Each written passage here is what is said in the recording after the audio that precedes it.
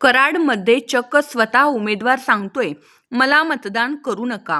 उमेदवारी देताना खुल्या वर्गावर राजकीय पक्षांनी केलेला अन्याय व निवडणुकीच्या माध्यमातून अपप्रवृत्तीचा होत असलेला शिरकाव, यातूनच अपक्ष उमेदवार ॲडव्होकेट श्रीकांत घोडके यांनी पोटतिडकीने निर्णय घेतला असून मला मतदान करू नका असा ते प्रचार करत मतदारांच्या गाठीभेटी घेत आहेत. कराड नगरपालिकेत 25 वर्षांनंतर नगराध्यक्ष पदाचे आरक्षण सर्वसाधारण वर्गासाठी खुले असताना या ठिकाणी भाजप व काँग्रेस या दोन्ही राष्ट्रीय पक्षाने नगराध्यक्ष पदासाठी ओबीसी उमेदवार देऊन आम्हा मराठ्यावर अन्याय केलेला आहे.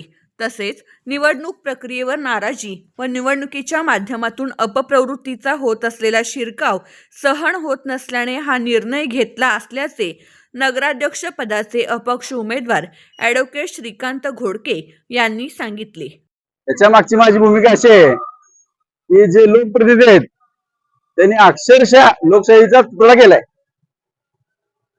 कराड शहराला सुमारे 20 वर्षानंतर ओपन जेंट्स हे आरक्षण जाहीर झालं. भाजप व राष्ट्रीय काँग्रेस हे देशातले मोठे पक्ष असून त्यांचे इथे जिल्हाध्यक्ष आहेत, त्यांना ओपन कॅन्डिडेट व काँग्रेसने देखील ओपन कॅन्डिडेट देता आला नाही. ओबीसी आम्हा हिंदू मराठा लादून आमच्या एक प्रकारचा अन्यायच केलेला आहे.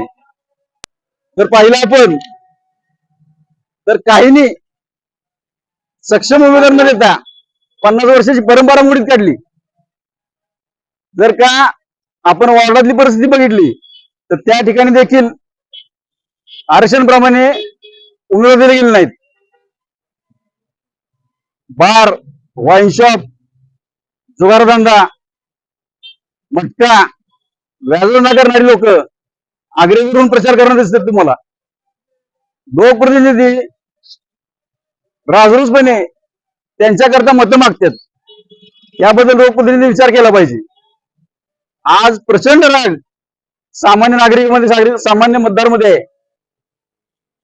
मी मतदारांनी उमेदवाराकडून मिळणारी मदत घेऊ नये हे अपेक्षेचं नाही, घेऊ नये असं माझं म्हणणं नाहीये, पण योग्य माणसाला त्यांनी योग्य माणसासमोर बटन दाबलं पाहिजे. तर तसं होताना दिसत नाहीये, याची खंत मला वाटते. नाही, मी तसा जाहीर कोणाला पाठिंबाही दिलेला नाही, देणारही नाही. लोकांनी ठरवावं. आज माझी सामाजिक संस्था आहे, सामाजिक संस्थेच्या चळवळी उभा करून लोकांच्या अडीअडचणी मी सॉल्व्ह केलेल्या आहेत.